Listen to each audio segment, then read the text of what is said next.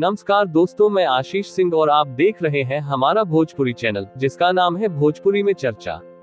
Bhojpuri film के star Khesari Lal Yadav सबसे चर्चित अभिनेता हैं। उनको चाहने वाले करोड़ों फैंस हैं। खेसारी लाल यादव के फिल्मों और गानों का फैंस बहुत ही बेसब्री से इंतजार करते रहते हैं। वहीं खेसारी लाल यादव के नया फिल्म का ट्रेलर रिलीज हुआ है। इस फिल्म का नाम बोल राधा बोल है। इस फिल्म के ट्रेलर को खूब पसंद किया जा रहा है। रिलीज के कुछ घंटे बाद ही लाखों लोगों ने इसके ट्रेलर को देख चुके हैं। खेसारी लाल यादव की फिल्म बोल राधा बोल का ट्रेलर रिलीज हुआ है। इस फिल्म के लीड में खेसारी लाल यादव हैं। वेब म्यूजिक यूट्यूब चैनल पर बोल राधा बोल का ट्रेलर आज रिलीज किया गया है। इसे 14 अक्टूबर 2022 को सुबह 7 बजे रिलीज किया गया है।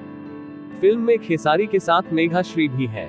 वो भोजपुरी के फेमस एक्ट्रेस में से एक है। इनको भोजपुरी फैंस बहुत प्यार करते हैं। फिल्म बोल राधा बोल के ट्रेलर को अच्छा रिस्पांस मिल रहा है। खेसारी के फैंस इसे खूब पसंद कर रहे हैं।